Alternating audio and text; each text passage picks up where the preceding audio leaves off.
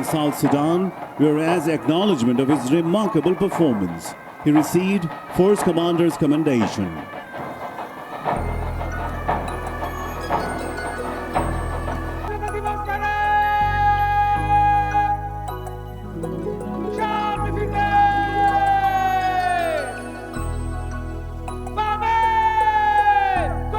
যথাযোগ্য মর্যাদা ও গভীর শ্রদ্ধার মধ্য দিয়ে আজ সারা দেশে পালিত হচ্ছে মহান স্বাধীনতা ও জাতীয় দিবস।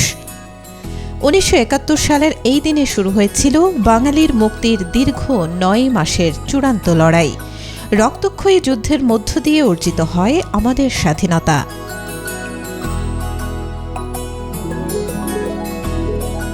দিনের প্রথম প্রহরে তোপধ্বনির মধ্য দিয়ে শুরু হয় দিবসের কর্মসূচি। সূর্যোদয়ের সঙ্গে সঙ্গে রাজধানী সহ সারা দেশে উত্তোলন করা হয় জাতীয় পতাকা। জাতীয় স্মৃতিসৌধে রাষ্ট্রপতি মোহাম্মদ শাহাবুদ্দিন এবং প্রধানমন্ত্রী তারেক রহমান পুষ্পস্তবক অর্পণের মাধ্যমে শহীদদের প্রতি গভীর শ্রদ্ধা জানান।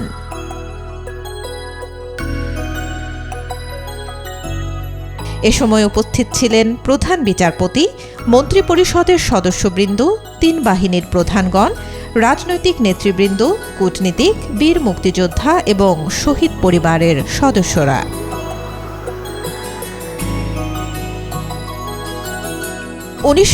সালের 25 মার্চের কাল রাতে নিরস্ত্র বাঙালির উপর নৃশংস হামলার পর 26 মার্চের প্রথম প্রহরে শুরু হয় স্বাধীনতার সশস্ত্র সংগ্রাম।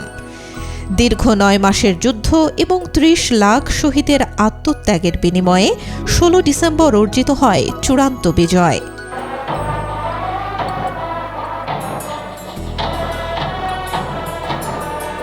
এই উপলক্ষে সারা দেশে নেওয়া হয়েছে নানা কর্মসূচি।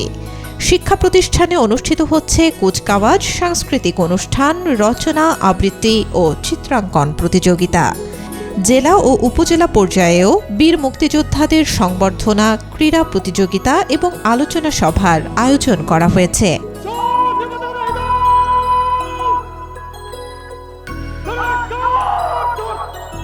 শহীদদের আত্মার মাগফিরাত এবং দেশের শান্তি ও সমৃদ্ধি কামনায় মসজিদে বিশেষ মোনাজাত এবং অন্যান্য উপাসনালয়ে প্রার্থনা অনুষ্ঠিত হচ্ছে। স্বাধীনতা দিবস উপলক্ষে পৃথক বাণী দিয়েছেন রাষ্ট্রপতি ও প্রধানমন্ত্রী। একটি নিজস্ব পরিচয় এবং বিশ্ব মানচিত্রে একটি মর্যাদাপূর্ণ স্থান।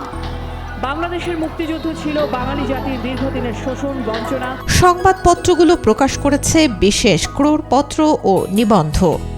টেলিভিশন ও বেতার কেন্দ্রগুলো প্রচার করছে মুক্তিযুদ্ধ ভিত্তিক বিশেষ অনুষ্ঠান।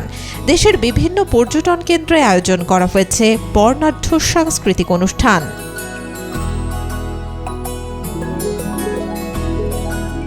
স্বাধীনতার এই দিনে শ্রদ্ধা ভরে স্মরণ করি সেই সব বীর শহীদদের, যাদের আত্মত্যাগে অর্জিত হয়েছে আমাদের এই স্বাধীন বাংলাদেশ। তাদের স্বপ্নের সোনার বাংলা গড়ার প্রত্যয়ে এগিয়ে যাবে দেশ, এই প্রত্যাশায়। Desk report, B News 24।